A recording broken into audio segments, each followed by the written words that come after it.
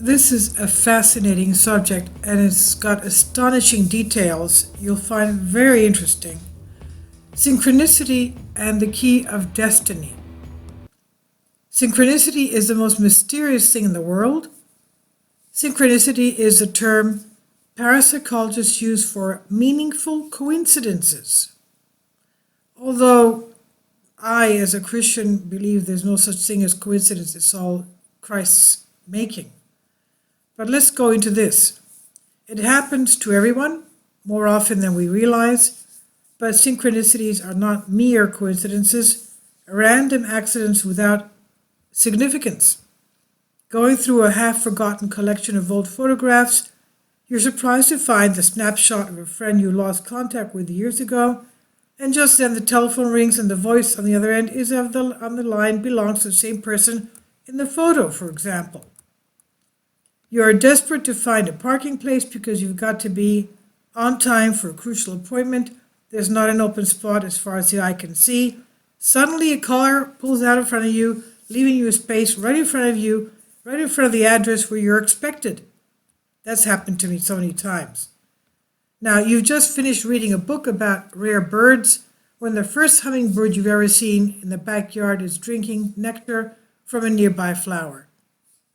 These are typical incidents of synchronicity, and while most people brush them aside as insignificant happenstance, some of the greatest minds in history have grappled with a universal enigma.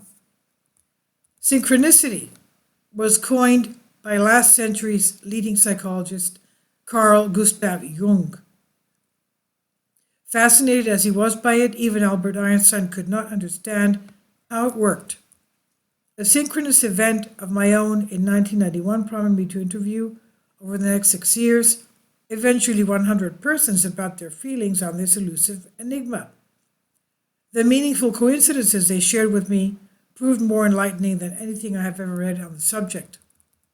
Collecting them into a loose order, I was somehow astonished to see that these synchronous events experienced by my friends and acquaintances arranged themselves into repeated categories. Although many of the persons interviewed differed widely in age, spiritual beliefs, or education, the meaningful coincidences they recounted all belonged to specific groups of common experience.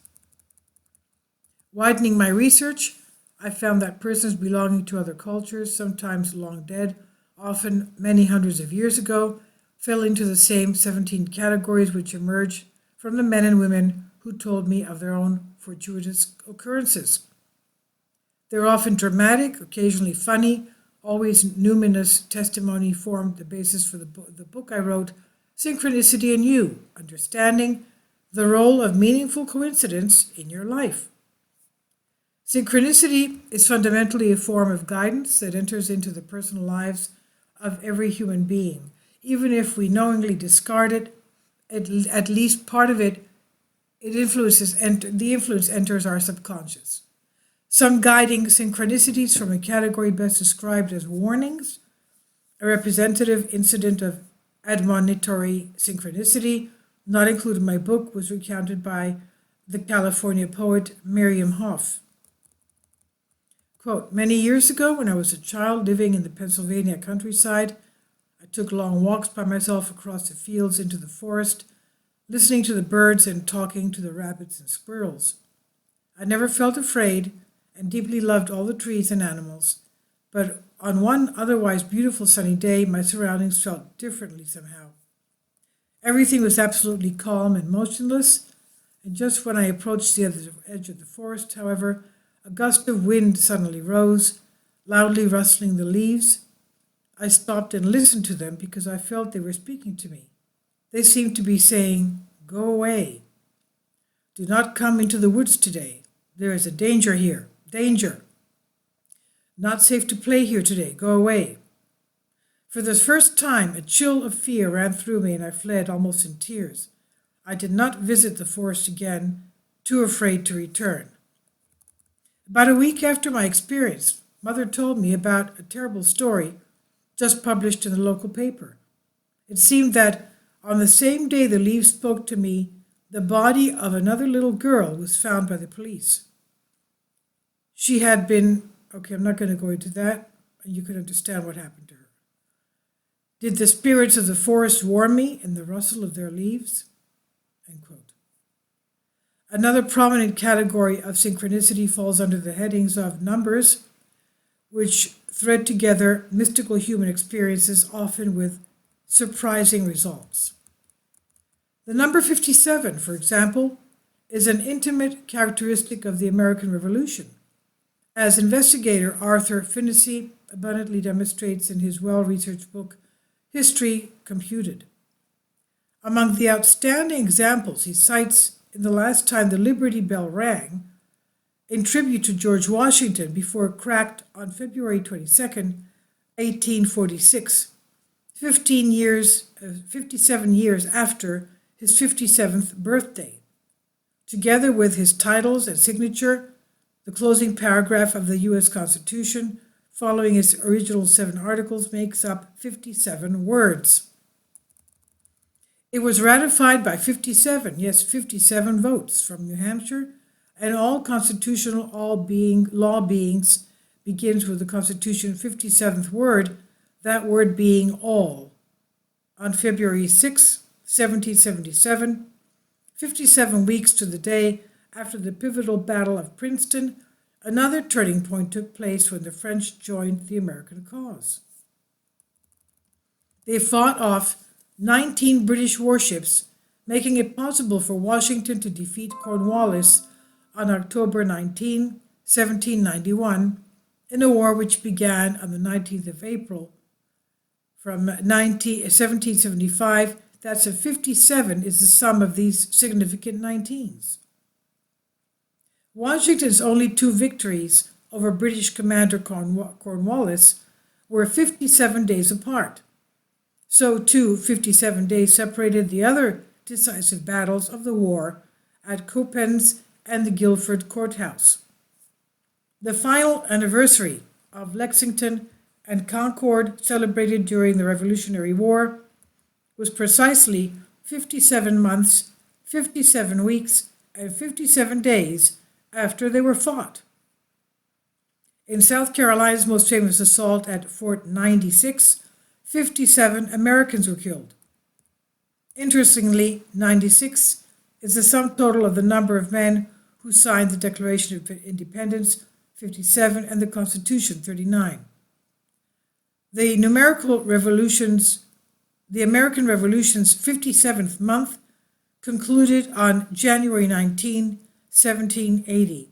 The Redcoats took Charleston exactly twice times 57 is 114 days later. 12 times 57, 684 days before the decisive Battle of Monmouth was fought. In numerical symbolism, 57 is a combination of 2 numerals, 5 and 7. 5 is associated with the male energy, that is war, while 7 signifies the completion of cycles. Together they form a symbolic concept, perfectly reflecting the completion of major military cycles, running like interlinking themes throughout the history of the Revolutionary War of the United States. Isidore Kosminski refers to another number from 55 to 64 as the sword, associated with military victory numbers and their meaning, and magic. New York, Samuel Weiser, 1977 edition, page 51. These ancient interpretations of 57 make its frequent recurrence throughout the War of Independence very appropriate. Yet we stand in awe of its historical significance. Was it somehow an outgrowth or expression of America's violent struggle for freedom? Or did it from before the beginning, determine historical events? The outstanding feature of 57, around which causal incidents revolved, was a major rift in the fabric of history, the American Revolution. All other similarly powerful historical events likewise produce extraordinary high levels of meaningful coincidence. In fact, the more dramatic, even traumatic, the event, the greater the intensity, the sheer number that appear. An outstanding example was the Titanic Disaster. Hardly any other single occurrence in the 20th century generated as much large collection of impressive examples. There were so many, in fact, they embraced all 17 categories of synchronicity. The meaningful significance of particular numerals played its part in the Titanic disaster too, in that classic bad luck number, symbol number 13.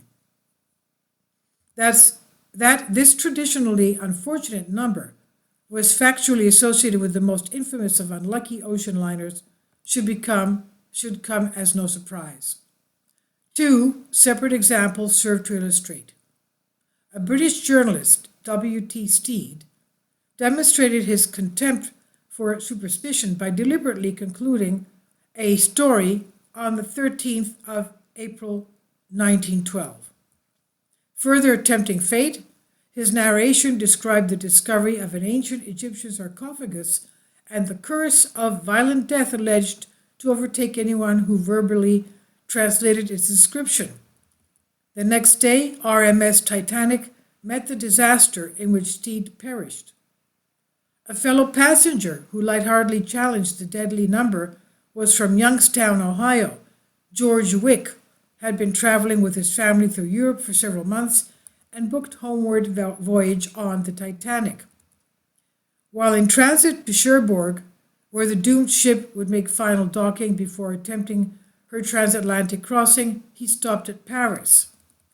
There he purchased a Grand Prix sweepstakes ticket, choosing number 13 on purpose, just to prove to everyone that he was not superstitious. "Watch and see what it does for me," he said, and several days later Wick went down with the vessel. The warnings cited in Mariam Hoff's childhood experience proliferated around the Titanic before she sailed. A White Star insignia crumbled to pieces in the hands of Mrs. Arthur Lewis while she was pinning it to her husband's cap. He was just about to board RMS Titanic, where he was a steward. At the time, she regarded the incident as a bad omen, although he dismissed her expressed anxiety as foolishness until the ship foundered a few days later. Fortunately, Mr. Lewis survived. In another Titanic-related warning, Colonel John Weir, a mining engineer with a worldwide reputation, almost canceled his first-class ticket because of distressful feelings about the voyage. Staying at London's prestigious Waldorf Astoria, he awoke on the morning of April 10th to find that the water pitcher atop his dresser had unaccountably shattered, soaking his clothes. He seriously expressed his premonitory feelings to the hotel manager, who allied the colonel's superstitions, quote-unquote, enough for him to reluctantly board the great ocean liner. While at sea, Weir told his secretary about the burst water pitcher could not shake his sense of foreboding and said he must get off the Titanic at the next opportunity when it docked in Queenstown, Ireland. Again persuaded, he remained on board, only to go down with a ship he intuited was doomed. As some measure of the magnitude of synchronous phenomena associated with the disaster of the Titanic, no less than 899 persons who initially booked passage for the Titanic's maiden voyage eventually refused to board. They refused to board.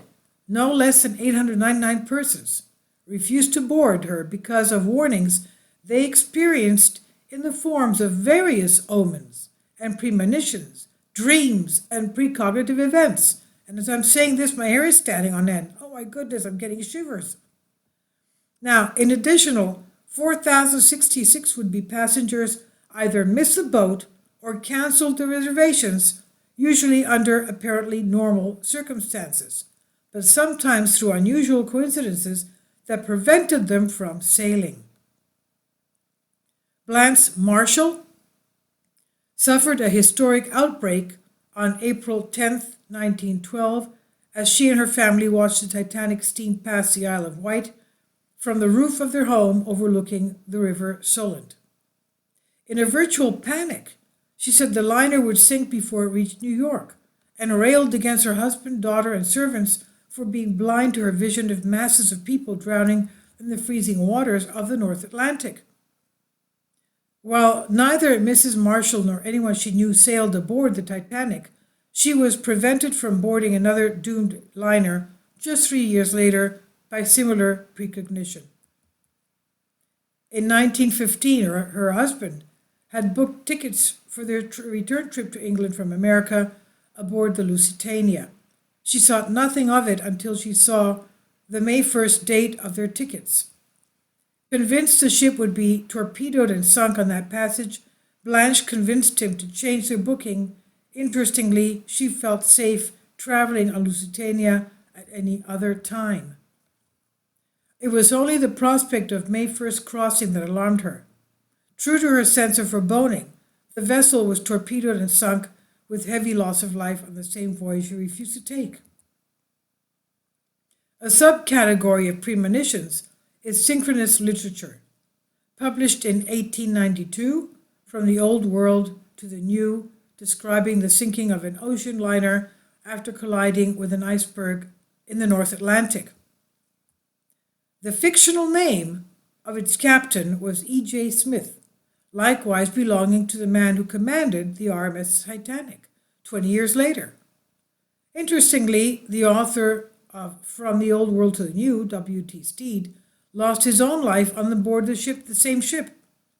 While Titanic was being readied for her maiden voyage, the May issue of Popular magazine was coming off the presses with the story of Admiral, an 800-foot-long ocean liner crossing the North Atlantic through calm seas at 22.5 knots. She strikes an iceberg and sinks, leaving the survivors among her 1,000 passengers to be rescued by a steamer. Similarities to the real-life tragedy convinced readers the story was based on Titanic's particulars.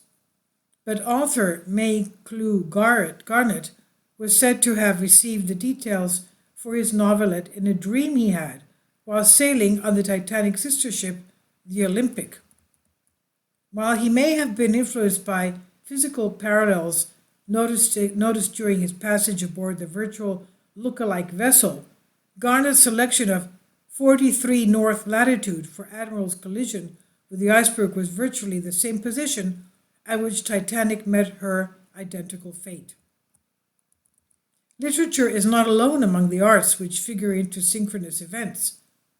More in black humor than conscious precognition, a crewman and his wife made recordings for each other, the husband singing Only to See Your Face Again to her True Till Death on April 7, 1912, prior to his service about the world's greatest ocean liner.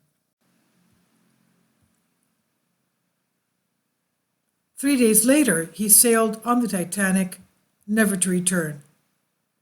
Animal interaction in human experience forms its own distinct category of synchronicity and was not missed in the fate of RMS Titanic. The age-old sailor's belief that rats leave ships long before any apparent danger of sinking was exemplified aboard RMS Titanic, when 2 crewmen in a forward boiler room saw panic-stricken rodents scampering aft away from the starboard bow. The next day, an iceberg struck that very spot. Both men escaped the disaster with their lives because the rats suddenly appeared. The appearance had made them uneasy enough to station themselves as often as possible in the immediate vicinity of the lifeboats.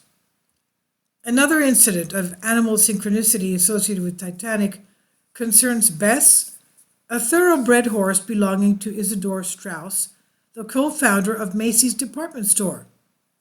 The same night he and his wife were killed in the sinking, 6-year-old Bess suddenly died of causes the veterinarian was unable to determine.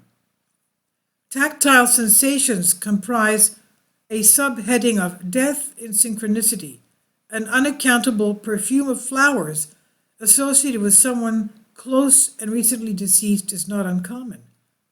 Another example belongs to May DeWitt Hopkins, who experienced the fragrance of roses in her London home one day after RMS Titanic sank. Although word of the disaster had spread by that time, names of those on board were not yet published, but with the flowery scent filling her room from no apparent source, Hopkins suddenly felt that someone she knew was trying to make her aware of his or her death. She later learned that a friend who was, unbeknownst to her, a passenger on the ship, had indeed perished when it went down. Interestingly, her own mother, during the late 19th century, had been similarly alerted to the death of a loved one by a mysterious flowery odor. Inanimate objects, like the White Star insignia that fatefully disintegrated in the hands of Mrs. Lewis, comprise a wide-ranging group of synchronous experiences. The managing director of the White Star Line, Joseph Bruce Ismay, survived the Titanic, but thereafter resigned his post because he was publicly, although unfairly, blamed for the tragedy. He spent the next 25 years of his life in virtual seclusion, dying on October 17, 1937. That same Sunday afternoon, a framed oval mirror that hung in Ismay's office during his tenure at the White Star Line suddenly crashed from its hook, scattering broken pieces onto the floor. 2 weeks after Titanic was lost, a large wooden crate left unclaimed at Pier 61 in New York Harbor was opened by port authorities, where they were surprised to see that it contained the meticulously detailed model of the sunken vessel. It had originally been sent to the U.S. for promotional purposes on behalf of the White Star Line and was supposed to be returned to the London office on the doomed ship's return voyage, but the 30-foot-long representation was accurate in more particulars than anyone could explain. Although it presented a full complement of 20 davits, there were only a dozen miniature lifeboats. Moreover, the bow was partially ruined, and a long crack appeared from the keel towards the upper deck, mimicking the actual damage sustained by the Titanic. As might be expected, dreams are an important category of synchronicity. While traveling in Europe during the spring of 1912, a New York lawyer, Isaac C. Frauenthal, dreamt of being aboard a large ship which collided with some floating object and began to sink. His was a long, vivid nightmare in which he clearly recalled the sights and sounds of calamity. Several nights later, the identical psychodrama repeated itself, and he told his brother and sister-in-law that it must be a warning against their upcoming voyage on the RMS Titanic. They both laughed at his dream and convinced him to go through with their return trip to America aboard the doomed White Star liner, and all three survived the sinking foretold in Isaac's recurring nightmare. Perhaps the most inexplicable aspects of synchronicity are those more infrequent instances of parallel lives. When Lucian P. Smith narrowly escaped death during the terrible fire on Viking Princess in 1966, it was his second major disaster at sea. A survivor of the Titanic, he was in his mother's womb when that ship sank, just as Mrs. Astor, also on board, was pregnant with her son, John Jacob. Both children were born 8 months after the sinking, in which their fathers perished. Their mothers died in the same year, 1940. Individual lives and major conflicts are events sometimes so powerful they echo beyond their own time and appear to replay themselves in the future.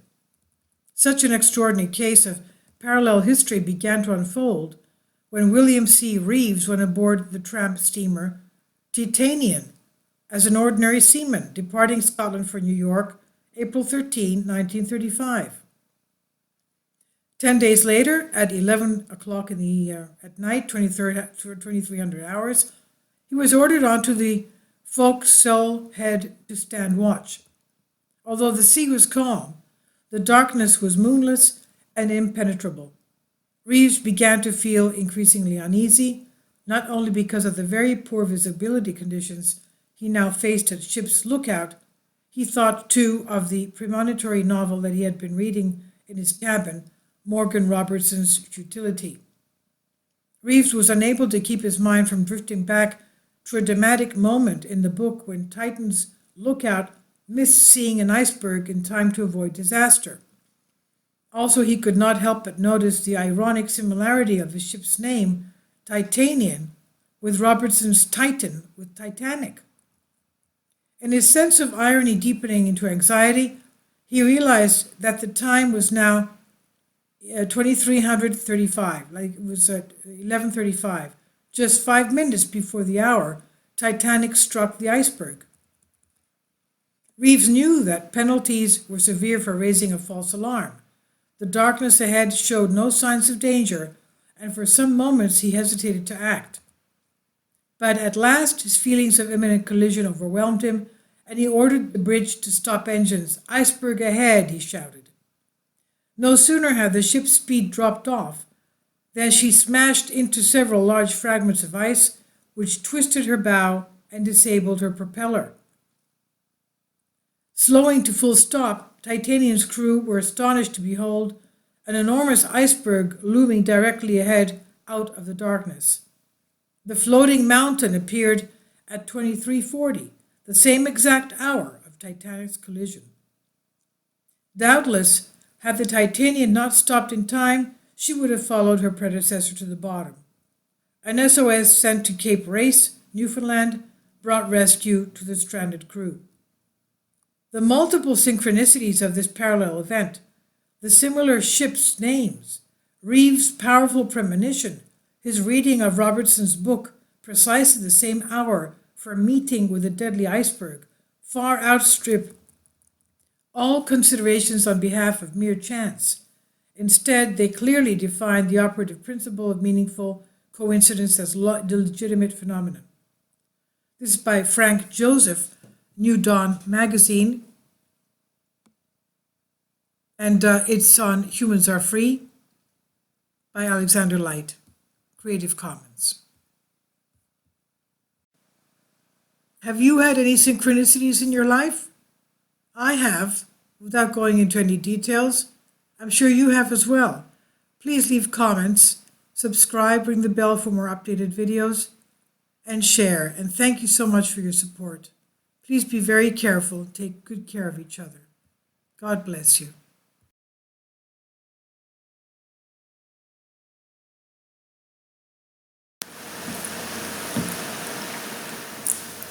If you'd like to join me on my Patreon account, you will hear content not covered by mainstream media.